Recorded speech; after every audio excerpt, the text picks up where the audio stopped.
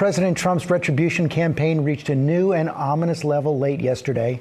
The first criminal indictment of a man Trump considers a political enemy. Since the Watergate scandal more than 50 years ago, presidents have refrained from interfering directly in criminal prosecutions by the Justice Department.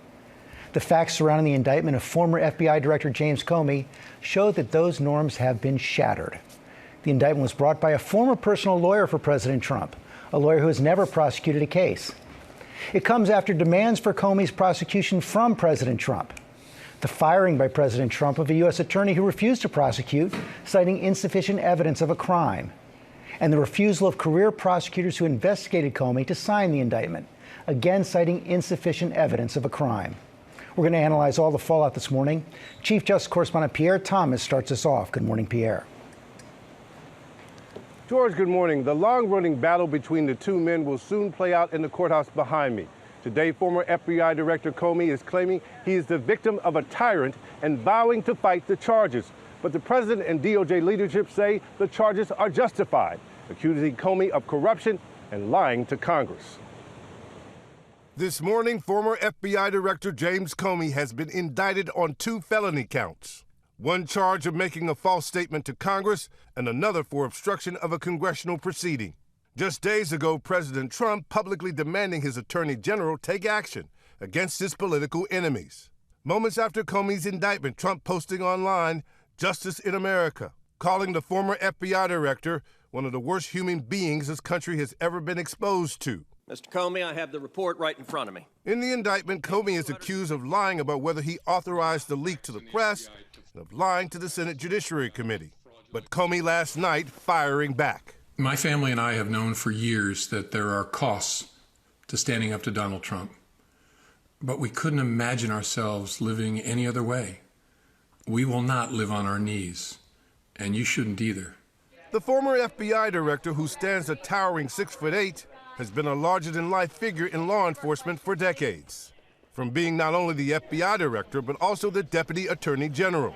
He was the U.S. attorney for the Southern District of New York, a prosecutor in high-profile cases who once helped convict members of the Gambino crime family. But he quickly became a target for the president after Trump blamed him for the investigation into Russian interference during the 2016 election. And Comey is also a controversial figure for Democrats, many of whom think he cost Hillary Clinton the presidency by reopening the investigation into her private email server just 11 days before the 2016 election. Now the one-time investigator has been investigated and indicted. Comey this morning offering a sharp criticism of the Justice Department, but saying he still believes in the system. My heart is broken for the Department of Justice, but I have great confidence in the federal judicial system, and I'm innocent. So let's have a trial and keep the faith.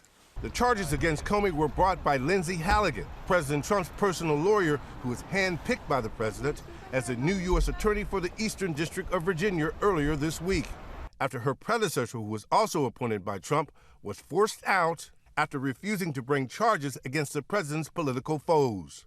Halligan has no prosecutorial experience and has worked mostly on insurance cases. Sources tell ABC News career prosecutors presented Halligan with a memo recommending that Comey not be charged with a crime, saying there was not enough evidence. But she decided to move forward anyway and was able to convince a grand jury to indict. Democratic lawmakers outraged. Well, it's obviously an outrage. It's a scandal. And it does feel like a major lurch into further lawlessness in the country, because it was Donald Trump's own handpicked U.S. attorney, Mr. Siebert, who was originally charged with investigating James Comey and came back with the conclusion that there was not remotely enough evidence to prosecute for any offense. It comes as federal authorities target other perceived enemies of the president, including New York Attorney General Letitia James and Senator Adam Schiff. And now we're learning the Justice Department has targeted the group funded by billionaire Democratic donor George Soros, who the president has said should be put in jail. Sources telling ABC News top federal prosecutors from around the country received a letter this week from the Justice Department ordering them to investigate Soros' philanthropic organization, the Open Society Foundations. It listed potential charges to consider ranging from material support for terrorism, arson, wire fraud, and racketeering, but provided no evidence. a spokesman for Soros's group defending their work as peaceful and lawful, calling DOJ's move politically motivated attacks on civil society meant to silence speech the administration disagrees with. If convicted, Comey faces up to 5 years in prison, but it's clear that Comey is ready to fight for his innocence and his reputation. George? Kipera, thanks very much. Let's bring in our chief legal analyst, Dan Abrams, our senior political correspondent, Rachel Scott. Dan, this is pretty extraordinary, what we're seeing right here. The president demanded a prosecution. He got it. Yeah. And look, what seems like the facts are pretty amazing as well. It seems this is a case about whether James Comey authorized a leak by his deputy, Andrew McCabe, about Hillary Clinton and about an investigation of the Clinton Foundation. Not a leak about Donald Trump.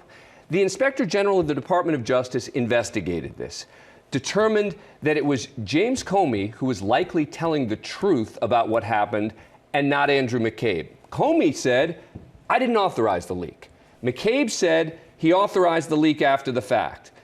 McCabe actually was close to getting indicted for this by the first Trump administration because the Department of Justice Inspector General had determined that McCabe likely lied.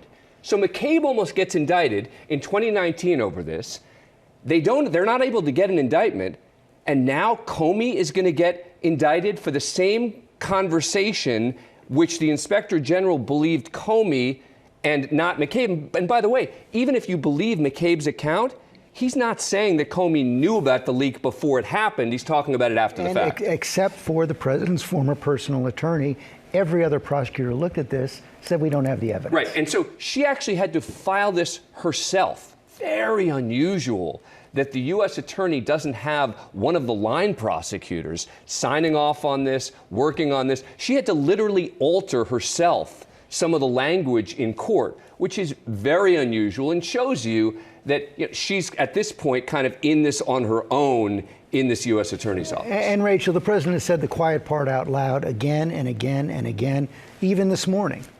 Yeah, the president is already out on social media this morning. He is repeatedly attacking James Comey, calling him a dirty cop, saying there's a very big price that needs to be paid, George. And the president campaigned on this idea of retribution, that he would be going after his perceived political enemies. And he has gone through extraordinary lengths to make that a reality. Just some of the things over the last several months: stripping security clearances for some national security officials, revoking Secret Service protection for some of his harshest critics, including his former rival, Vice President Kamala Harris, and even John Bolton, forcing out prosecutors who failed to bring the charges that he wants. And then just days ago, we saw that remarkable and extraordinary statement, the president publicly calling on his own attorney general, who represents an independent and impartial Justice Department, to go after not just Comey, but also New York Attorney General Letitia James, as well as Democratic Senator Adam Schiff. The president has made this idea of retribution that was a central part of his campaign, now a central part of his presidency, and he has made it clear he wants more indictments to follow, George. And Dan, all of these public statements from the president